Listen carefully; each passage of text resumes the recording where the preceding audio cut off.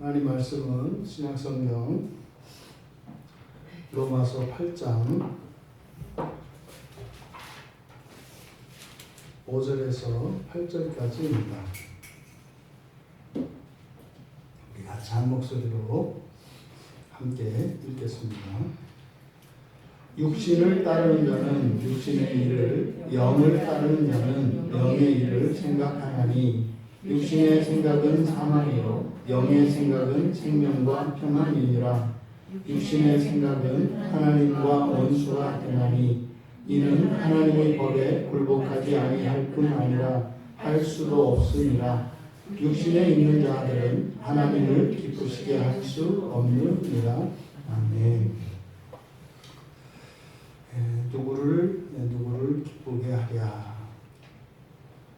지금 우리가 예수 안에 있는 자들에게는 결코 정죄함이 없다라고 하는 1절의 이 결론의 말씀, 이 말씀을 살펴보고 있습니다. 이 말씀이 의미하는 바가 무엇인지, 또 왜 그러한지 끊임없이 왜냐하면으로 이렇게 이제 이어지는 문장들인데, 사실 이 주제는 사도 바울의 평생의 고민이었고, 또 바울 사도께서 전하고자 하는 그 복음의 핵심 중에 핵심입니다. 왜냐하면 이 바울 사도가 이제 예수 그리스도를 만나고 이제 사도가 되기 이전에 바로 바리새인 중에 바리새인으로서 율법을 통하여 완전한 의에 이르렀다고 하는 자기 확신에 차 있던 사람이었습니다. 그런데 그것이 어느 한순간 와르르 무너지는 것을 경험했다고요. 그럼 그 이전에 가지고 있었던 자기 확신, 그리고 어느 한순간에 사라져버리게 된 그것이 이제 다메섹 도상에서 일어난 일이었는데, 그리고 이제 그 과도기를 지나 예수 그리스도를 인격적으로 만나고 참으로 예수 그리스도를 통하여 주시는 그 복음의 진수를 받아들이고 난 뒤에 사실 이제 바울 사도의 인생의 과제는 다 해결이 된 겁니다. 사실상 바울 사도는 이 세상을 떠나도 아무 여한이 없는 사람이었어요. 서신서를 쭉 살펴보면 뭐 아주 죽지 못해서 안달하는 것 같은, 그것이 또 뭐 이렇게 생명을 해하고자 하는 것이 아니라, 그래서 다른 생명들을 살리는 데 있어서 조금도 자신의 안위나 자신의 심지어는 즐거움과 만족까지도 전혀 고려하지 않고 있는 것을 서신서 곳곳에서 보게 됩니다. 그것은요 다 이루었기 때문입니다. 사실상 개인적으로는. 하지만 자신의 민족에 대한 구원, 그리고 더 나아가서 이제 이방인들을 구원하기 위한 이방인의 사도로 부르심을 받았기 때문에 이제 그 사명에 매인 삶을 살아갈 수 있게 된 거였었죠. 우리가 좀 이 내용들을 다시 한번 정리할 필요가 있는데, 사람은 누구나 다 약점을 갖고 있습니다. 그리고 실수하고 또 범죄를 합니다. 그래서 인간은 죄로부터 완전히 벗어날 수도 없고, 또 죄와 스스로 결별할 수도 없는 그런 비참한 존재가 우리의 실존입니다. 그러함에도 우리들은 소망을 가지고 있어요. 그러함에도 우리가 가지는 그 소망이라고 하는 것은 이제 이러한 우리들의 약점, 이런 죄와 허물을 하나님이 살짝 눈 감아 주시는 부정한 방식으로 우리에게 다가오는 소망이 아니라, 이것은 그리스도의 완전한 공로에 힘입어서 하나님의 그 은혜로 우리의 존재의 모든 약점이 사라지고 처음 창조된 인간의 그 한계를 초월하는 그런 초월적인 인간이 되어서 관계적으로나 존재론적으로 완전히 이런 죄와 허물이, 이런 약점이 다 소멸되고 완전한 의에 이르게 되는 소망입니다. 여기는 이렇게 모른 척하고 지나가고 흠이 있는데도 불구하고 그냥 그걸 덧씌우는 이런 게 아니에요. 이게 순도 100%의 완전한 하나님의 의의 완성, 이것에 대한 소망을 우리가 가지고 있는 것이지, 그저 이것이 하나님이 봐주는 이런 불완전한 소망이 아니라는 겁니다. 이것은요, 우리 그리스도인들 뿐만 아니라 이미 여호와 하나님께서 노아를 택하실 때도 그러셨고, 아브라함을 택하실 때도 그랬고, 또 모세를 모두 다 마찬가지예요. 모두 하나님이 역사 속에 실존하였던 그 어떤 누군가를 선택하셔서 하나님이 말씀을 주실 때는 이 동일한 소망을 우리에게 전하신 것이었습니다. 그러니까 이것은 단 한 번도 달라진 게 없어요.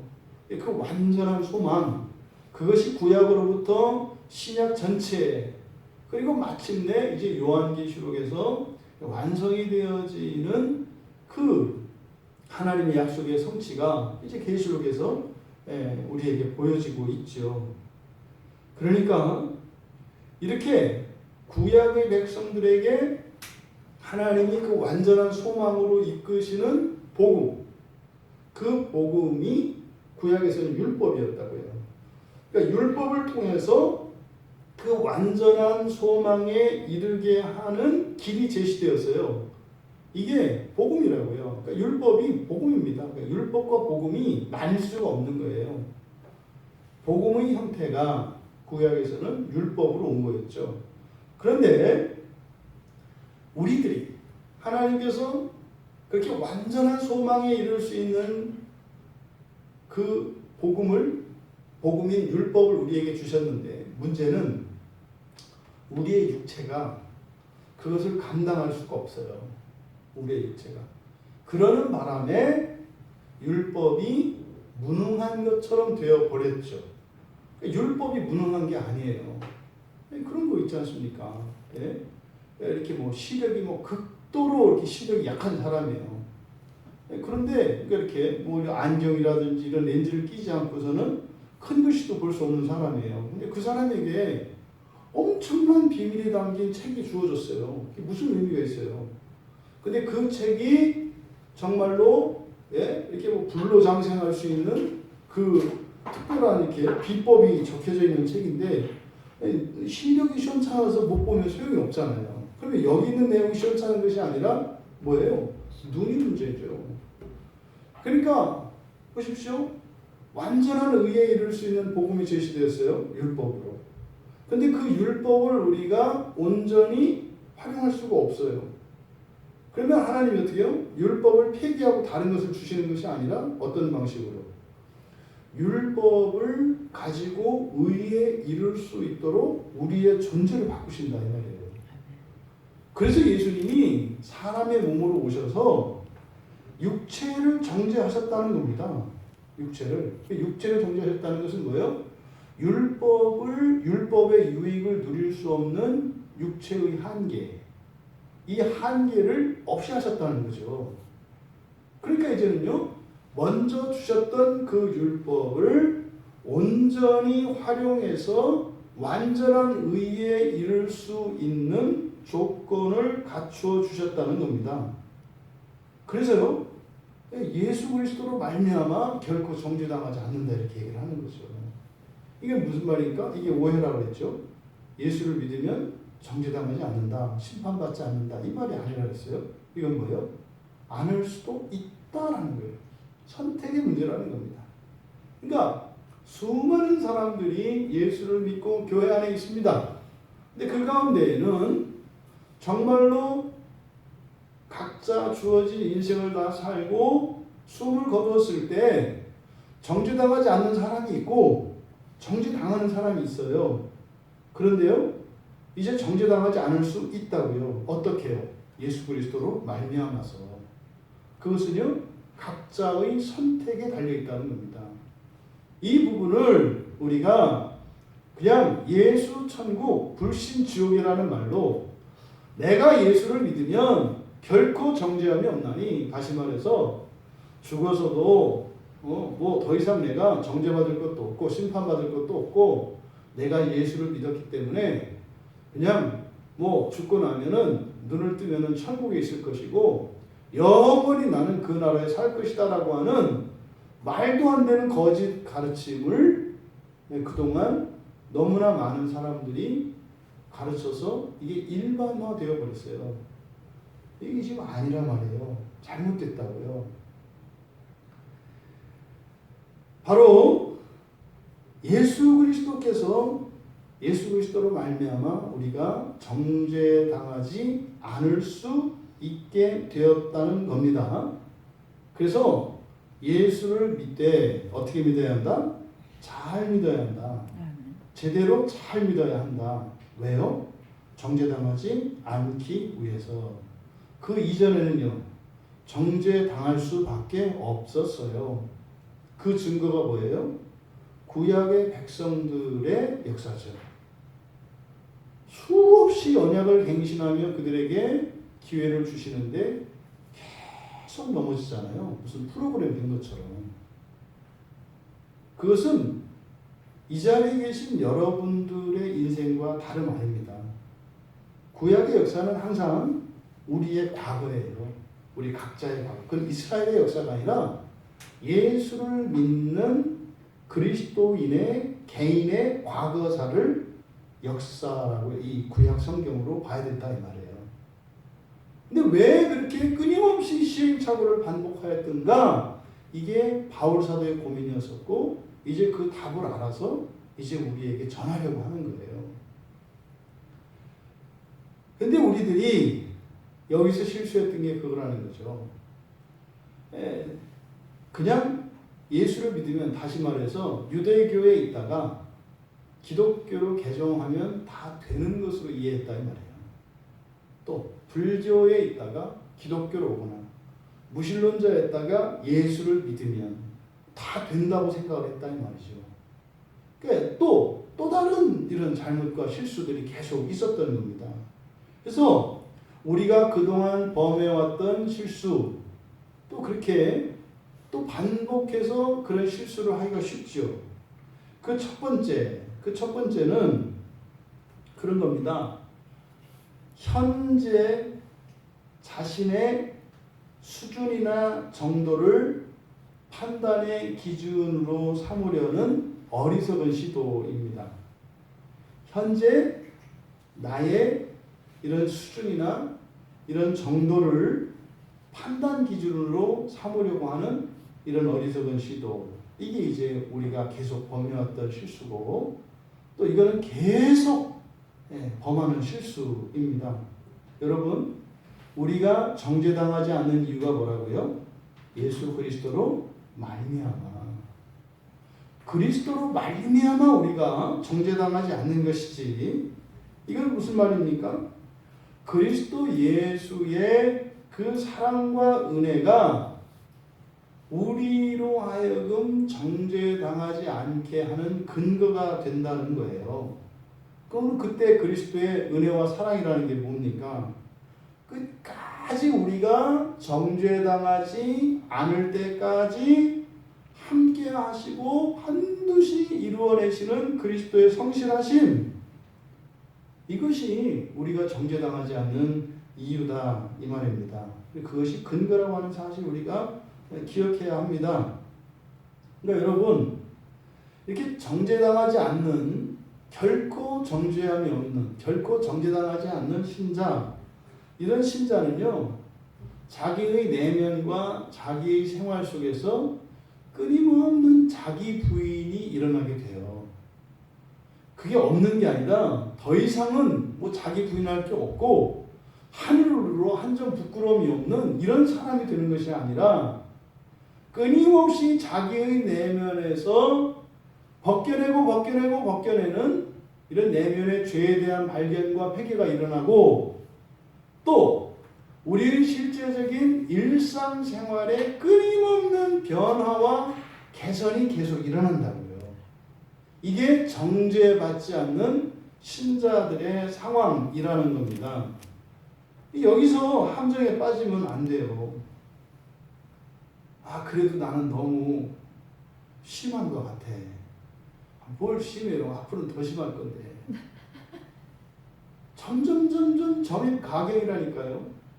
그러니까 우리는 항상 우리의 이런 끔찍한 죄의 비참 때문에 놀라고, 그때 동시에 하나님의 사랑이 내가 생각했던 것보다 더 컸다는 사실 때문에 놀라는 거예요. 그래서요, 계속 하나님은 커지고 나는 작아지게 됩니다. 하나님의 영광의 빛은 밝아지고 나는 점점 어두워서 소멸돼 가는 거예요. 이때 나는 죄죠. 이것이 정죄받지 않는 신자들의 정체성입니다. 그래서요, 여기서 이런 죄와 허물이 계속 발견되어질 때 여기서 함정에 빠지면 안 됩니다. 그러함에도 우리는 예수 그리스도를 절대적으로 신뢰하고 의지하며 자기 십자가는 뭐예요? 지금 내가 안고 있는 이 문제입니다. 맞닥뜨리고 있는 상황입니다. 이런 상황과 이 내면의 죄의 발견으로 인한 비참의 상황 속에서도 그리스도 예수를 결단코 포기하지 않는 거예요. 의심하지 않는 거예요. 그게 자기 십자가를 지고 가는 의의 길입니다.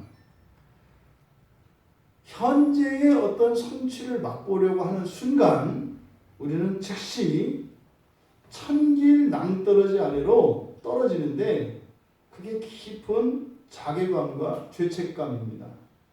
거기에 이제 한번 딱 걸려들면 이 날개 없이 추락하는 비행기와 같이 떨어지게 됩니다. 여러분의 어떠함에도 불구하고 낙심하지 말고, 구원과 소망의 근거가 우리 주 예수 그리스도 되심을 붙들고, 정말 주님 앞에서 너무나 부끄럽고 자기 자신이 혐오스러울지라도 나를 구원하시는 그리스도에 대한 신뢰를 잃지 말고 소망을 붙들고 끝까지 그 길을 걸어가시기 바랍니다. 그런 여러분은 그 안에서 구원의 날까지 인치심을 받은 거예요. 떨어져도 안 떨어집니다. 그것은 하나님께서 하늘을 날 수 있도록 주시는 기회로 떨어지는 것이에요. 그래서 여러분들이 하나님 자녀가 아니라고 하는 증거가 아니라, 바로 여러분의 이런 자괴감과 죄책감은 여러분이 그리스도의 구원의 은혜가 절대적으로 필요한 사람이라고 하는 증거다 이 말이에요. 거기에서 그리스도를 바라볼 때 여러분 안에 믿음의 날개가 여러분들로 하여 소망을 향해 날아오르게 합니다. 그러니까 이렇게 첫 번째 잘못은 자신의 어떤 수준이나 정도를 가지고 판단의 기준으로 삼는 이런 잘못. 두 번째 잘못은 이런 형식적인 신앙생활입니다. 이게 무슨 말이냐면, 자신의 내면이나 생활 속에 이렇게 어떤 지속적인 성장과 성숙이 일어나진 않아요. 그러니까 어떤 변화가 느껴지지 않는다고요. 그러니까 매일 같은 자리에서 자리 한 자리 앉는다고 뭐라고 하는 게 아니라 늘 매주 똑같아요. 예배가 늘 매주 똑같고 늘 아주 성실해요. 세상이 성실하고 자신도 성실해요. 그냥 어쩌면 그냥 그렇게 일관되게 그냥 몇 년, 몇십 년을 한결같이 살아가는지, 이게 뭐예요? 이게 형식적인 신앙이거든요. 그러니까 자기의 내면에 그런 어떤 역동적인 변화가 실감이 안 돼요. 경험한 적이 없어요.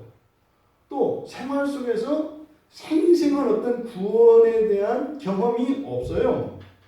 그런데 그냥 그렇게 그대로 살아가는 거예요. 이런 경우는 두 가지 경우로 나누어서 생각을 해야 돼요. 그러니까 첫째로는 상반된 경우인데 똑같은 일이 일어날 수 있어요. 한 가지 경우는 이런 거죠. 신앙생활을 오래 한 사람들에게서도 이런 일이 일어날 수 있어요. 그래서 신앙생활을 오래 하고 또는 일정 수준 이상의 다다른 상대적으로 성숙한 신자들의 경우에요. 오래됐거나 어느 정도 수준에 이른, 그래서 이런 종교 생활이 습관이 되어 있는 이런 사람들에게 이런 일이 일어날 수 있어요. 이런 사람들의 경우에는 신앙의 권태기라고 할 수 있어요. 신앙의 권태기. 과거에는 그런 은혜의 체험들이 있었죠. 변화에 대한 이런 감동과 이런 감격이 있었죠. 근데 이제 어느 순간에는 이게 이제 식상해진 겁니다. 뭐 맨날 이렇게 은혜를 받고 해도 뭐 이렇게 생활이 달라지는 거 없고, 뭐 이렇게 우리 집에 뭐 골칫거리 이건 해결도 안 되고, 뭐 도대체 변할 것 같지 않고, 이제 목표가 다른 데 있었던 거죠. 제밥에 관심이 있었던 거죠. 그 문제가 해결이 안 되니까 이제 성령께서 자기의 본성을 바꾸시고 하는 이 일이 별로 이제 감동스럽지 않다는 말이에요. 이게 이제 잘못된 목표로 인해서 생기는 권태기인데, 근데 이런 사람들은 왜 그래요? 신앙생활의 궁극적인 그 대상이 하나님이 아니라 사람이고, 하늘나라가 아니라 이 지상나라이기 때문에 생기는 경우입니다. 이것은요, 이런 신앙이 인간화되는 거죠. 그래서 이렇게 과거에는 그런 어떤 내면의 생활 속에 생생한 은혜 체험과 일어나는 이런 성장과 성숙에 대한 이런 감격이 있었을지라도 현재 중단되어 있다면 그것은 이미 형식적인 신앙생활에 고착화되어 있는 것이다 라는 겁니다. 신자는 죽는 순간까지 이런 성장과 성숙이, 이런 진보가 멈추지 않습니다. 그 규모에 있어서는 적고 미세할지라도 그것은 끊임없이 계속 일어나게 되어 있습니다. 이렇게 형식적인 신앙생활하는 또 다른 경우는 뭐 앞에서 이야기한 것과는 좀 다른 경우겠죠. 이거는 그냥 뭐 되지도 않았어요. 이렇게 된 적도 없어요. 아예 그런 경험도 없어요. 이렇게 안에서 정말 이런 어떤 본성의 변화, 내적인 이런 뭐 회심에 대한 감격 이런 것도 없어요. 또 생활 속에서 정말 하나님이 살아계시다고 하는, 그래서 어떻게 해요? 하나님에 대한 경외심이 드는 이런 경험도 한 번도 없어요. 다만 뭐예요? 어느 날 누군가가 교회 가자고 그래서 교회에 출석을 했는데 난 날 때부터 정직하고 성실한 사람이기 때문에 그냥 가는 거예요. 그냥 가는 경우. 이런 경우 있어요. 그러니까 이런 경우는 사실은 하나님 말씀 앞에서는 절대로 그대로 쓸 수가 없거든요. 그러니까 그런 사람들이 이런 형식적인 신앙에 머물러 있는 외부적인 요인은 잘못된 가르침에 근거합니다. 그러니까 그렇게 살아도 되는 것 같은 분위기. 이것이 희석되어진 거짓 가르침에 의한 것이죠. 여러분, 정죄당하지 않는 근거가 예수 그리스도로 말미암는다라고 하는 이 말씀은 인간의 입장에서 그냥 그럼 나는 예수님께 내 인생을, 나의 운명을 그냥 맡겨놓고 가만히 수동적으로 가만히 기다리면 주님이 알아서 다 하신다, 이런 의미로 이해하면 안 돼요. 그리스도로 말미암는다라고 하는 것은 우리가 아무것도 할 수 없는데 아무것도 하는 것 같지 않은 그것을 최선이 되게 하시는 그 공로와 은혜가 그리스도께 있어요. 사실은 구원에 아무런 영향도 미칠 수 없는 인간적인 공로나 행위가 있어요. 그건 절대 구원에 직접적인 영향을 끼치는 것은 아니라고요. 근데 그것을 가지고 주님께서 마치 우리가 구원에 이바지하는 것처럼 우리로 하여금 우리의 최선을 다하게 하신다고요. 이것을 우리가 잊지 말아야 합니다. 여러분들이 정말 예수님을 믿고 그렇게 결코 정죄받지 않는 그러한 삶, 그 소망을 따라 살겠다고 하는, 또 그렇게 살아야 한다는 판단과 자기 결정, 자기의 이런 믿음에 대한 그 전인격적인 실천이 나타나야 돼요. 그래서 이거를 이런 형식적인 신앙에서 빠지지 말아야 된다라고 하는 것을 잘 나타내는 구절이 빌립보서 3장 12절 말씀이에요. 내가 이미 얻었다 함도 아니요, 온전히 이루었다 함도 아니요. 뭐예요? 오직 내가 그리스도 예수께 잡힌 바 된 그것. 이게 뭐예요? 이게 완전한 소망이에요. 그리스도께 잡힌 바 된 그것. 이게 수동이에요. 잡혔잖아요. 잡힌 바 된 그것. 그러니까 이거는 누구도 뺏어갈 수가 없어요. 근데 그것을 향해서 어떻게 한다고요? 잡으려고 달려가노라. 이것이 바로 현재를 살아가는 정죄받지 않는 신자들의 정체성을 나타내는 말입니다. 근데 적지 않은 사람들이 이런 형식적인 신앙에 빠져서 그냥 다녀요. 그러니까 어떻게 해요? 지루하잖아요. 그러니까 어떻게 해요? 일을 만든다고요. 자꾸 일을 만들어요. 왜? 지루하거든요. 심심하거든요. 매일 똑같이 이렇게 하려니까 심심하고 답답해요. 자꾸 뭔가를 만들어내요. 그것 때문에 어떻게 돼요? 본질에 집중하지도 못하게 돼요. 왜요? 처음에는 심심해서 조금만 하려고 그랬는데 하다 보니까 이제 너무 바쁘게 돼서 돌이킬 수가 없게 되는 거예요. 이게 이제 시스템으로 만들어지면 돌이킬 수 없이 가는 겁니다. 이것을 우리가 이렇게 우리의 그 소망에 대한 그 믿음을 전인격적으로 나타내야 되는데, 이걸 이제 앞에 4절에서 뭐라 그랬어요? 육신을 따르지 말고 어떻게 해야 된다? 영을 따라 행해야 한다. 영을 따라 행해야 한다.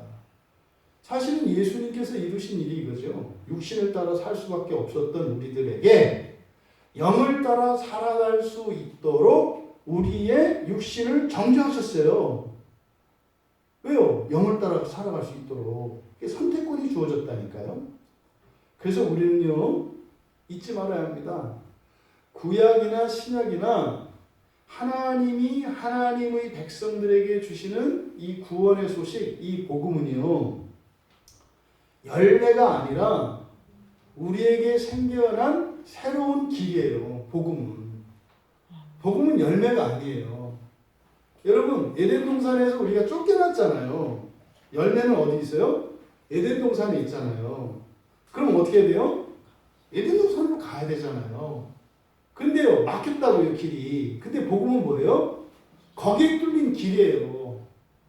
다시 그 생명의 열매로 갈 수 있는 이르는 길, 이것이 복음이라고요. 그러니까 복음은 표가 아니에요. 길이에요, 길. 이 표라고 하는 것은 표식으로서 그 생명에 이르도록 갈 수 있는 길을 말한다고요.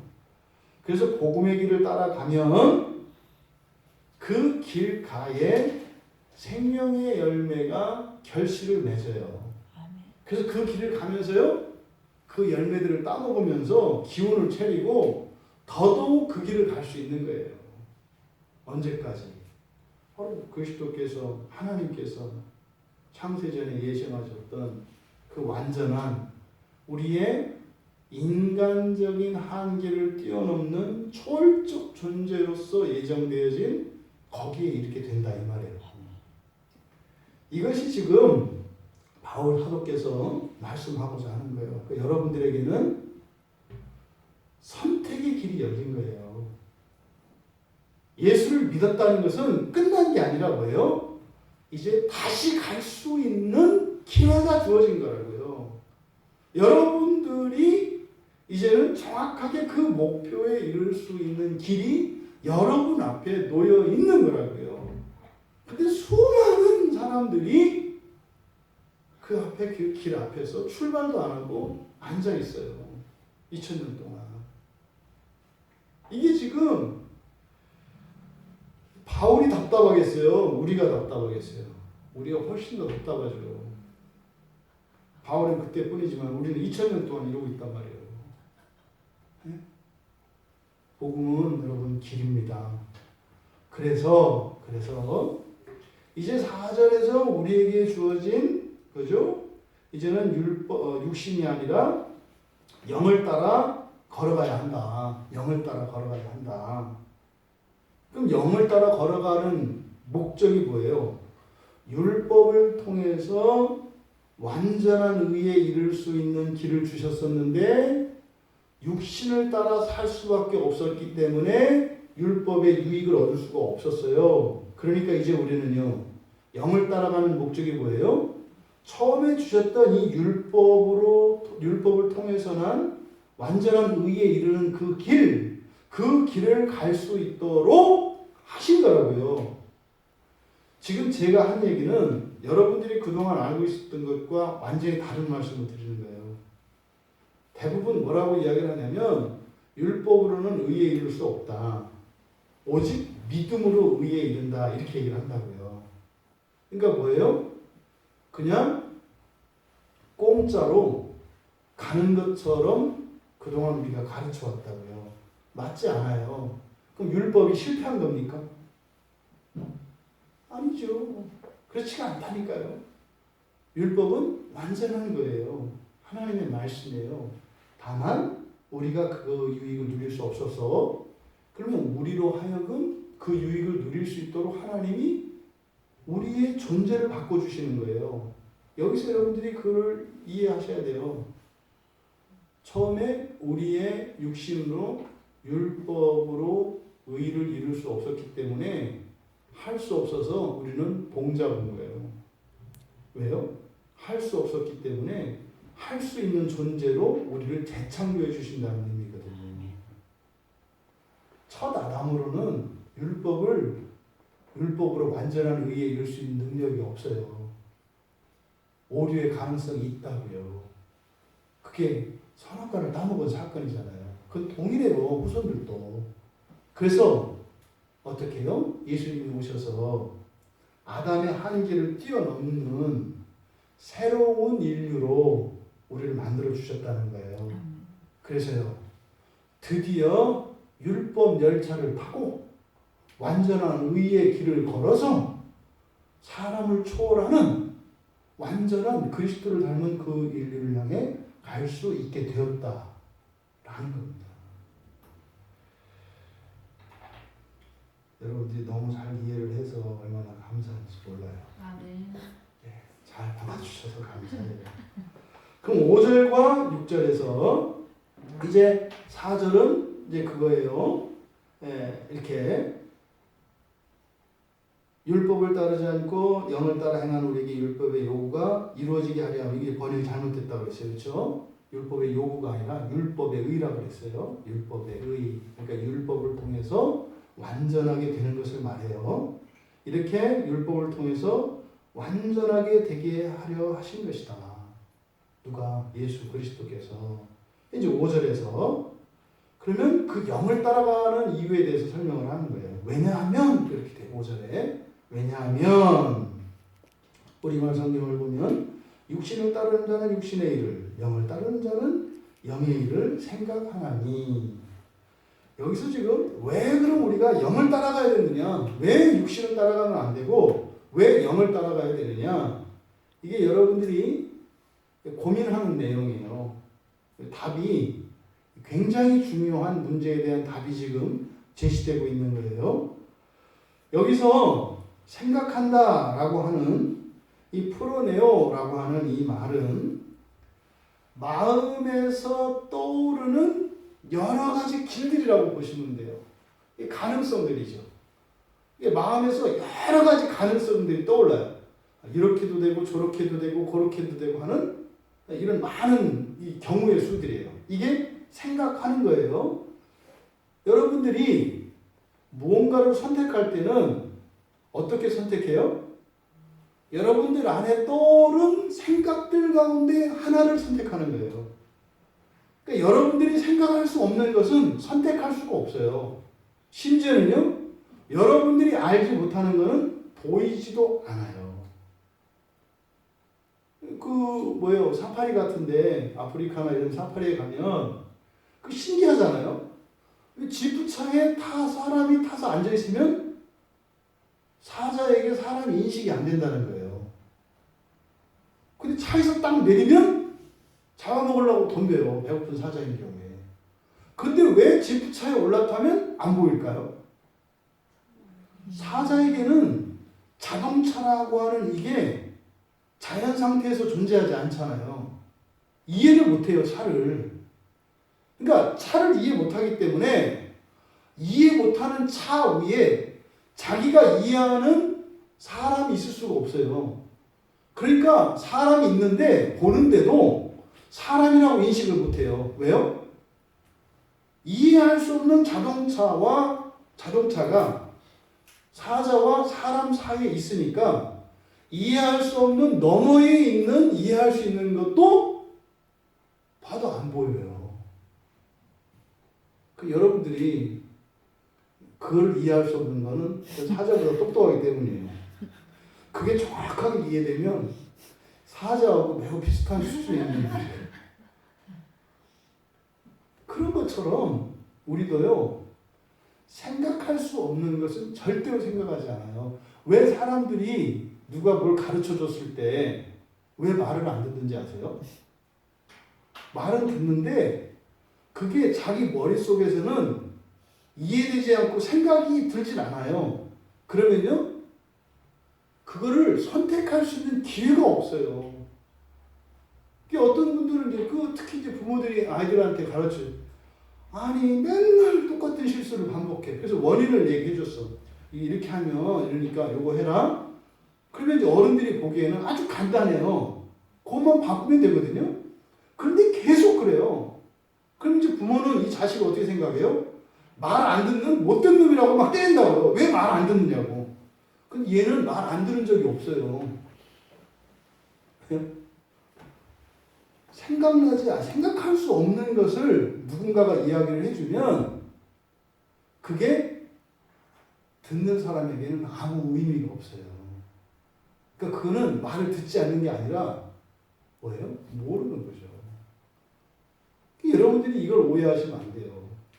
여러분, 저 그것 때문에 막 속병 나고 그러거든요. 답답해 속 죽겠고 이게 뭐예요? 그것 때문에 그런 거예요. 아니, 그렇게 10번이라도 말해줬는데 그걸 왜 말을 안 들어? 가지고 우리 애는 왜 이렇게 말 안 듣는지 몰라. 말 안 듣는 게 아니라니까요. 몰라요.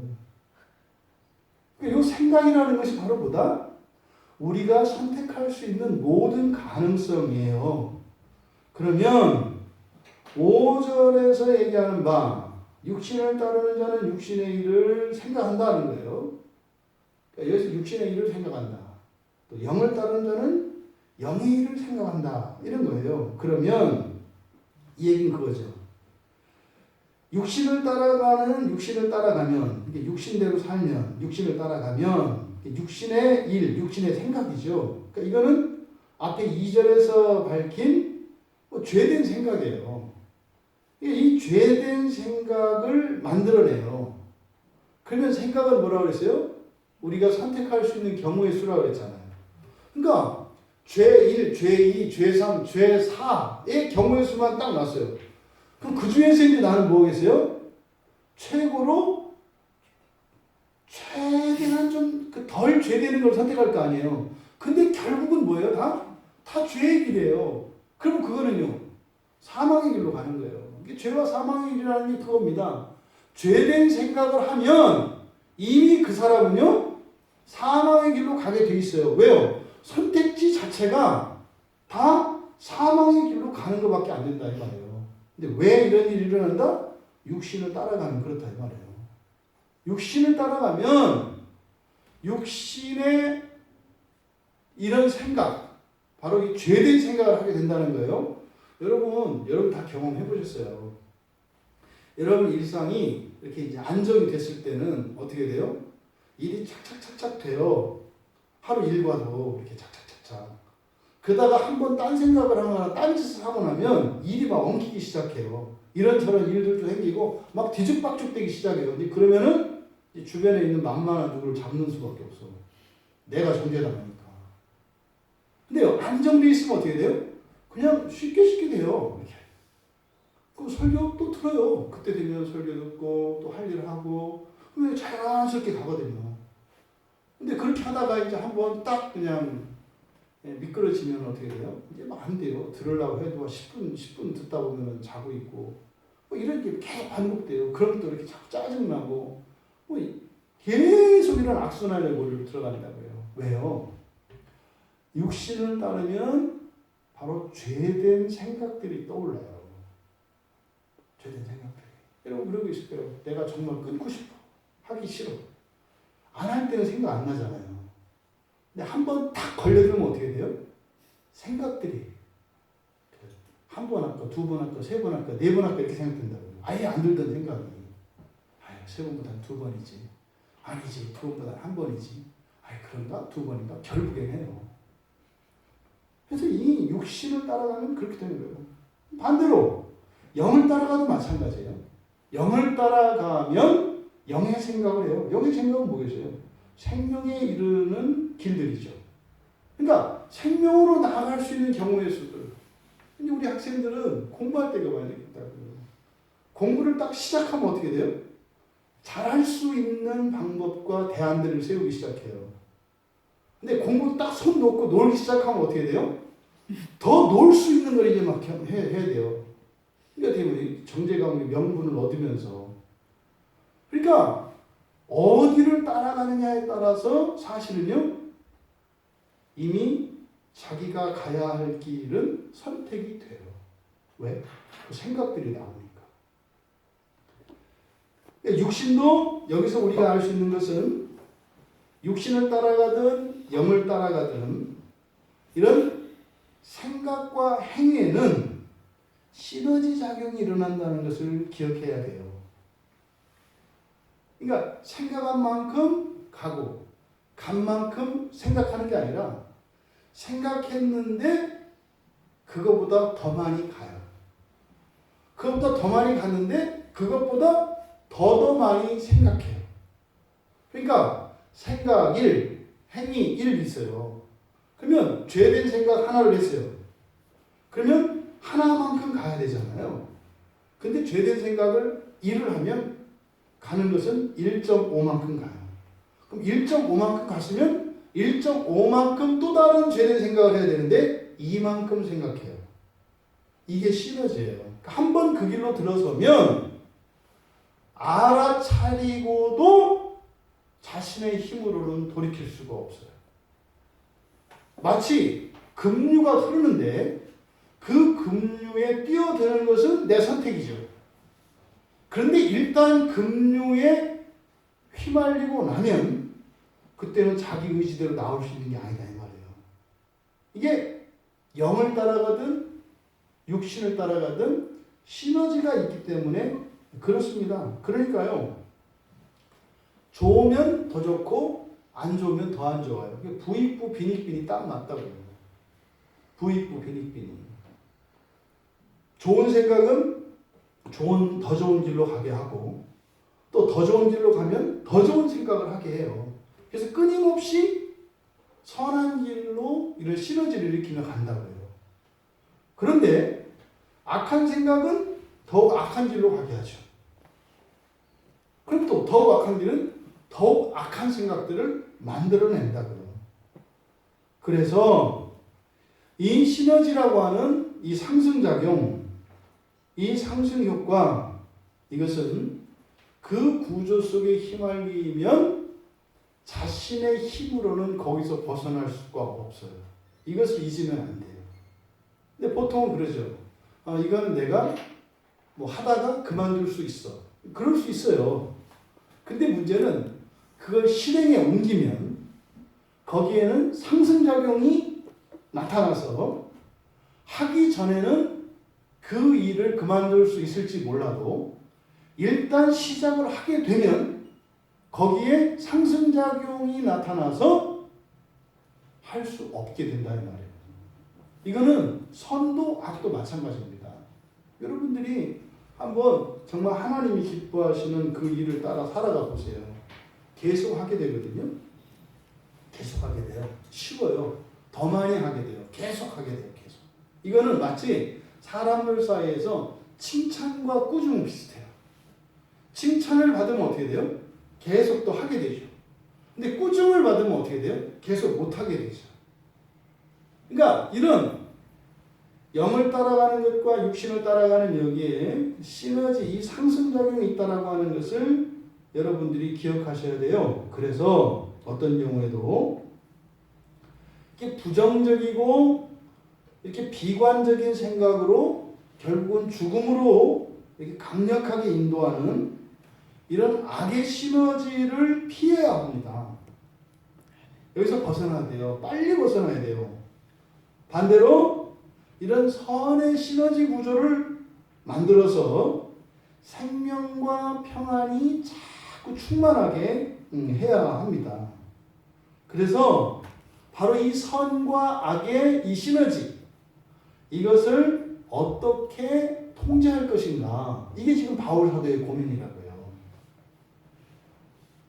그래서 생활 습관과 사고 습관에 따라서 생각이 결정이 된다고 답을 주신 거예요. 그래서 어떻게 해요? 앞서서는 부정적인 것으로 이야기했습니다만 형식적인 신앙생활이 꼭 필요해요. 그게 머무르면 안 되지만 이런 형식적인 신앙생활이라고 하는 것은 꼭 필요한 거예요. 습관과 규칙. 그러니까 이게 뭐예요? 이런 게 보통 모태신앙 이런 사람들이 가지는 몸에 배인 신앙. 이게 굉장한 일인데 그것 자체로만 만족하면 형식화되어서 소용없다. 그런데 그것은 꼭 필요한 것이다. 이 얘기를 하는 거예요. 그러니까 이 바울 사도가 어떤 사람이에요? 이 형식적인 신앙생활에 몸이 완전히 밴 사람이라고. 그래서 과거에는요, 자신이 유대교인으로 이렇게 살아갈 때 자신의 삶을 보니까 어떻게 해요? 점점 더 이렇게 악의 방향으로 살았던 것을 발견하게 된 거예요. 악의 시너지죠. 왜요? 소문난 사람이에요. 그러니까 자기의 그 일상생활도 포기하고 그냥 그 기독교인들을 예수 도당을 잡아내는 일에 만사 다 제쳐놓고 말이죠. 그 심지어는 사람을 사형시키는 그 증인이 스스로 막 되게 그 자랑스러워하는 이런 일들이, 이게 이제 이단들에게서 보여주는 악의 시너지예요. 한번 미쳐버리면 어떻게 돼요? 점점 더 가요. 그러면 아니 신나거든요. 나는 악의 화신이다. 이래가지고 막 이제 간다고요. 그러니까 이번에 그 이만희가 뭐 그랬다면서요? 뭐 코로나 이게 뭐 마귀가 한 짓이라면서요? 마귀가. 그 얘기 뭐예요? 출애굽할 때 애굽에 일어났던 것도 마귀가 한 짓이네. 이렇게 일어나는. 지금 제가 안양에 있는 목사님들 설교를 제가 하나하나 들어보거든요. 뭐라고 하시는지 좀 이렇게. 근데 이렇게 딱 나뉘어요. 지금 일어난 이런 불행한 사태에 대해서 이제 한쪽으로는 하나님의 이제 징계 차원으로 이제 막 촉구하는 분들이 계시고, 어떤 한 분들은 그렇게 하면 세상 사람들이 교회를 싫어하니까 징계라고 하지 마라. 더 이상 그런 거 없다. 예수를 믿는데 왜 자꾸 징계라고 하냐. 그 지금 고통당하는 사람을 생각해라. 지금 이렇게 두 부류로 나뉘어 있더라고요. 이렇게 목사님들 설교를 들어보니까. 여러분들은 어떤 생각을 하고 계세요? 이 세상에 일어나는 모든 불행한 일은 그 일을 겪고 있는 이들에 대해서는 그 아픔에 공감하고 그들을 위해서 기도해야 합니다. 하지만 그런 일이 일어난 근본적인 원인이 뭐 그 사람들, 그 지역의 사람들의 꼭 죄만 이렇게 보면 안 되고, 항상 죄에 대한 이야기를 할 때는 어떻게 적용해야 된다고요? 1인칭으로 적용해야 한다고요. 죄는. 다른 사람이 죽어도 그 죽게 되는 그 불행한 사태, 사건, 그것의 원인으로서의 죄는 누구의 죄를 생각하는 거예요? 나의 죄, 우리의 죄를 생각해야 되는 거예요. 중국에서 이런 일이 일어났어도 우리는 어떻게 해요? 왜? 나의 죄, 우리의 죄로 봐야 한다고요. 실제로 우한에서 엄청난 기독교 박해가 있었다고요. 그것 때문에 하나님이 징계하시지 않는데요. 징계해요. 그렇대요. 작은 소자에게라도 잘못하면요, 크게 화가 있어요. 그래서 우리가 그리스도인들한테 함부로 하면 안 된다니까요. 화가 있어요. 하물며 교회를 막 그냥 다 무너뜨리고 말이죠. 박해하고 감옥에 가두고 선교사들 내쫓고 하나님이 그거 그냥 둘 것 같으세요? 그냥 안 둬요. 이게 하나님에 대해서 크게 잘못 생각하시는 거예요. 그러니까 그리스도인이 그리스도인을 막 비방해요. 저주해요. 하하. 그 뭘 모르고 하는 거예요. 절대로 그러면 안 돼요. 절대로. 왜요? 하나님 형상이고 하나님의 자녀들인데요. 아니 내 자식을 누가 막 욕하는데 그 우리 하나님이 그렇게 속없는 그런 하나님이라고 생각하시면 안 돼요. 아니 독생자를 내가 죽게까지 하실 정도로 집착하시는 하나님이신데 함부로 그러면 안 되죠. 근데 여러분들이 이걸 잊으시면 안 돼요. 그래서 여러분 우리가 이런 재앙과 징계 이런 것을 만났을 때 우리들은 우리의 죄를 생각해야 하고 이랬을 때 이 죄에 시너지가 있다고 하는 이 상승작용이 있다고 하는 이 사실을 깨달으시고 즉시 여기서 벗어나야 하는데 바울 사도도 옛날에 그렇게 살다가 이제 예수를 믿고 참된 진리로 돌아오니까 이제는 반대로 어떻게 해요? 이제는 다른 사람들을 살리기 위해서 자신의 목숨을 내어주는 다른 이들의 구원을 위해서 심지어 자기는요 이렇게 뭐 지옥에 가도 좋다고 할 정도의 사람이 돼버렸잖아요. 이게 시너지라고요. 이게 시너지. 그러면 이것을 어떻게 해야 된다? 먼저요. 생활 습관과 사고 습관을 바꿔야 한다는 거예요. 생각은 여러분 안 바뀝니다. 그렇게 바뀌는 게 아니에요. 따라갈 때 생각이 나온다고 얘기하는 거예요. 따라갈 때. 그래서 하기 싫어도 일단은 실천적으로 해야 돼요. 왜요? 그렇게 해서 그걸 고치라는 얘기가 아니에요. 그렇게 해야 생각이 올라요. 영의 생각이 나요. 그 무슨 말이에요? 가능성이 생긴다고요. 그래서 벗어날 수 있는 거예요. 그러니까 대부분의 사람들이 왜 일정 정도 수준에서 더 이상 나가지 못하느냐? 새로운 길이 열려야 되거든요. 새로운 길이 열리려면 새로운 생각이 있어야 되거든요. 새로운 생각은 어디서 온다고요? 영을 따라 행해야 한다고요. 그러니까요. 살던 대로 똑같이 사는 사람은 절대로 새로운 생각을 할 수가 없어요. 그 안에서는 미로에서 헤매게 돼 있다 이 말이에요. 바로 이 중요한 답을 바울 사도께서 우리에게 주는 것입니다. 여러분들이 이성적으로 이런 생활 방식과 이런 사고 방식을 여러분들이 판단할 수가 있어요. 옳고 그런 걸 판단할 수 있다고요. 그를 바꿔라 이렇게 되는 게 아니에요. 시도해야 한다 이 말이에요. 새로운 시도를.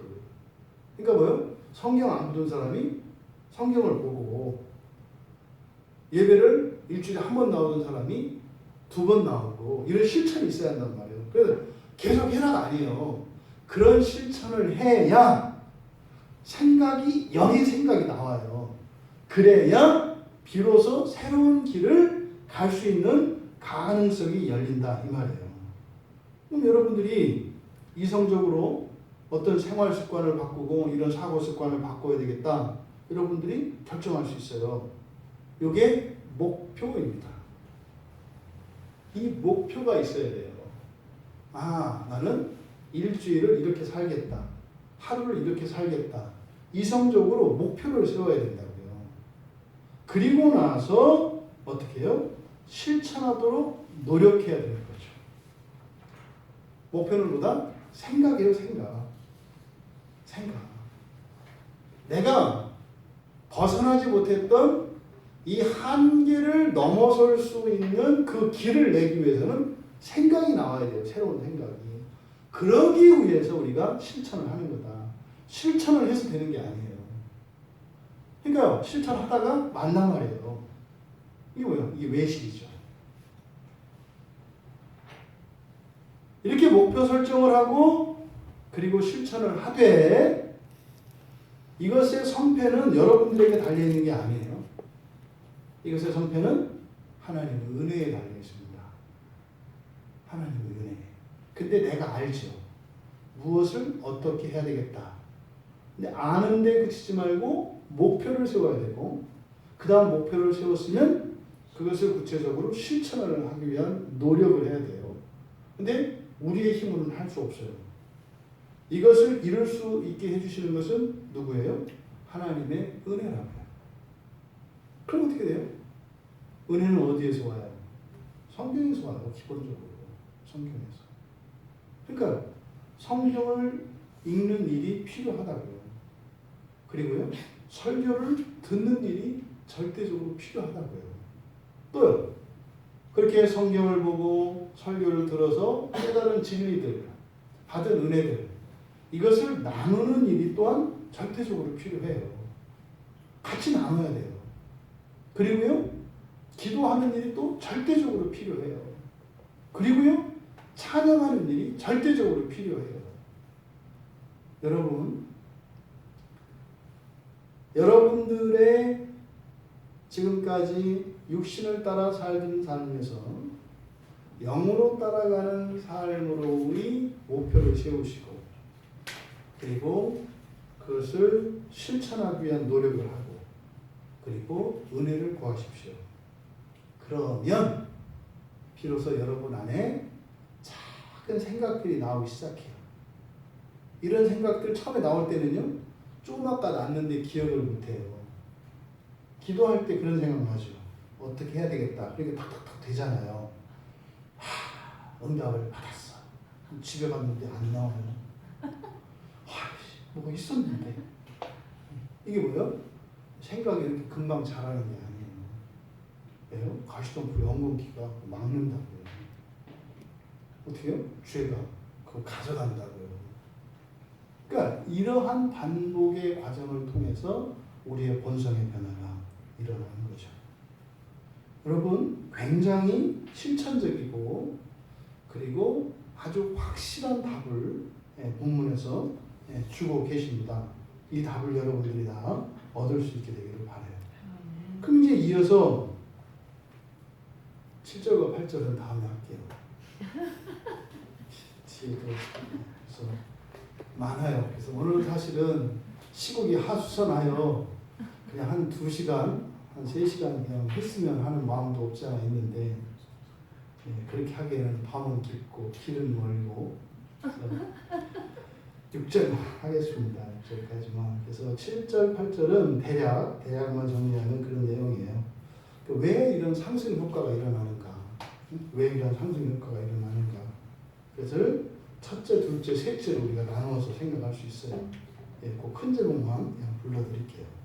이런 상승 효과가 일어나는 이유.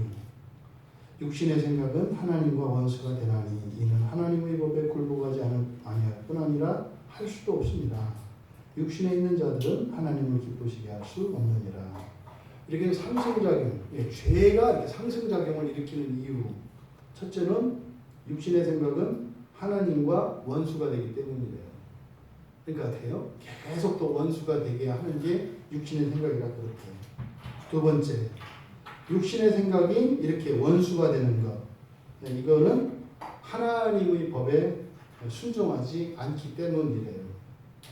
그리고 세 번째, 육신에 있으면 하나님을 기쁘시게 할 수 없기 때문에 죄가 상승작용을 일으킨대요. 여러분으로 하여금 여러분이 하나님께 기쁨이 되지 않도록 하기 위해서 그래서 이 죄가 상승작용을 일으킨대요. 그러니까 여러분 때문에 하나님을 속 썩을 때 이 육신의 생각은 신나는 거예요. 아싸. 하나님과 이 하나님 자녀 사이를 이간질할 수 있구나. 그래서요 더욱 힘을 낸다는 거예요. 이게 뭐죠? 이제 마귀의 칭찬을 받는 거 아니겠어요? 여러분 오늘은 우리들이 정말로 추구하고 있는 바, 또 사실상 여러분들이 신앙 안에서 인생 안에서 가지고 있는 모든 고민에 대한 근본적인 해결책과 또 왜 우리가 거기서 벗어나지 못하는지 그 원인을 우리가 살펴봤습니다. 그래서 여러분들이 여기 영을 따라가서 영을 따라가야 되는 이유, 그것이 이제 우리 생각과 관련되어 있고 그 생각을 일으키기 위해서 실천적으로 우리가 해야 되는 거. 그래서 이성적으로 목표를 세우고 그것을 실천하는 노력이 필요하고 그것을 이룰 수 있도록 하기 위해서 하나님의 은혜가 반드시 필요하다고 하는 이것을 따라가면 새로운 생각이 나오고 그런 새로운 생각들이 자라면 새로운 길이 열려서 새로운 삶으로 우리를 인도해요. 사망의 길에서 생명과 평안의 길을 따라 살아가게 돼요. 이 중요한 이 바울 사도의 이 깨우침과 가르침이 우리 모두에게 실제적인 유익이 되시기를 주님의 이름으로 축원합니다. 말씀을 생각하며 우리 같이 기도합시다.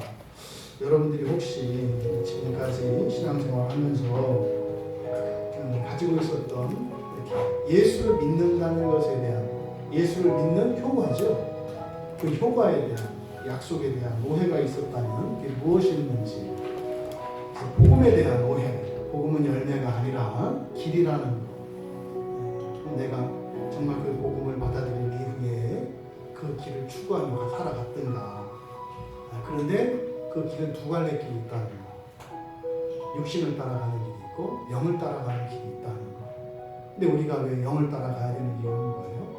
거기에서 계속적으로 새로운 생각들 이 길을 따라갈 때 새로운 생각들이 나오는데 하나는 하나님을 향해요.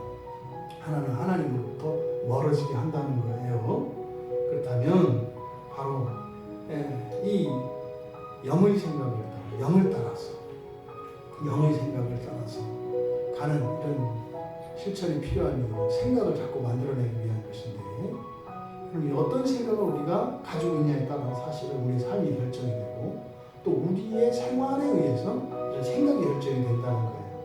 그래서 우리가 왜 아무데나 가면 안 되고 아무거나 보면 안 되고 아무거나 들으면 안 되는지 생각과 관련된 거예요. 생각들이 떠오르면 나는 선택의 여지가 없어요.